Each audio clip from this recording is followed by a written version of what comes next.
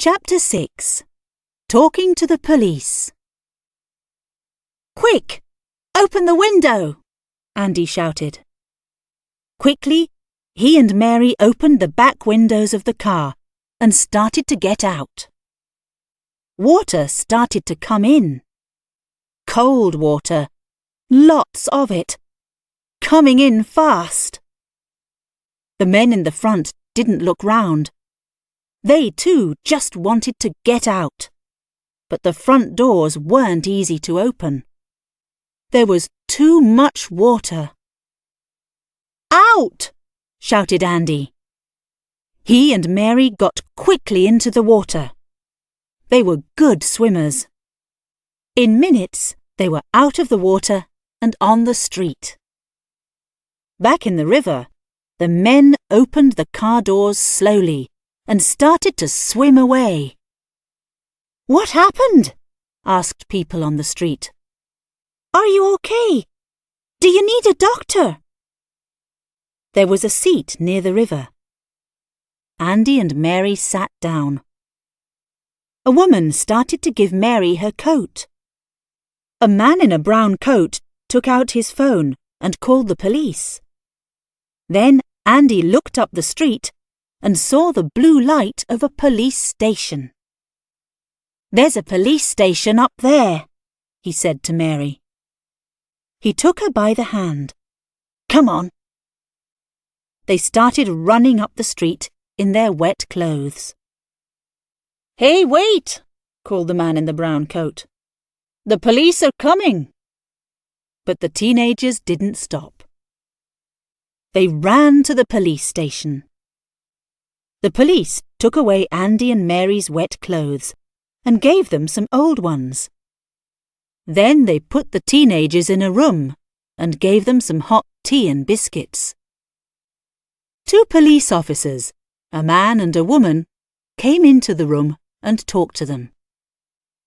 Andy and Mary told them everything. At 10 o'clock, the teenagers were still at the police station. Across the table sat the two officers.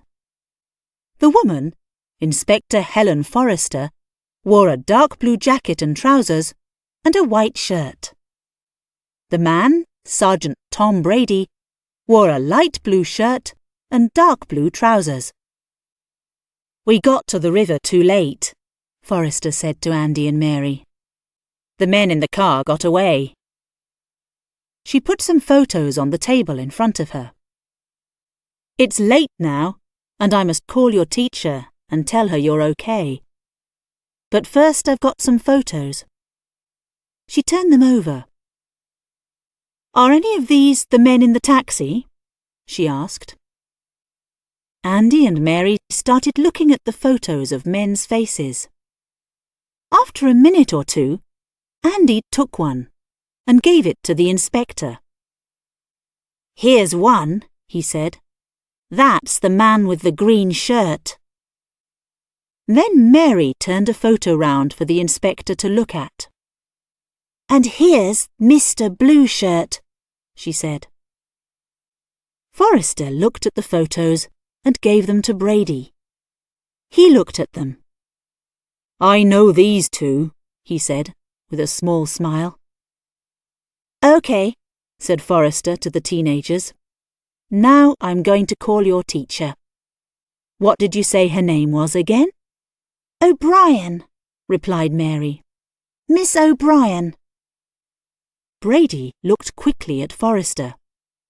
"Of course," said Forrester. She thought for a minute. "And you say she called us about the forged notes on Grafton Street this afternoon?" "That's right," replied Mary. Forrester looked at Brady and then back at Andy and Mary.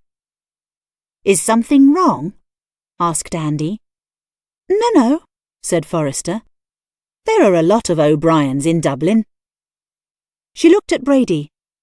"Sergeant," she said, "you get their clothes. I'm going to call Miss O'Brien." Then she looked at the teenagers. "And you two wait here a minute." The police officers left the room. Andy looked at Mary. "Why did she say there are a lot of O'Briens in Dublin?" he asked. "I don't know," replied Mary.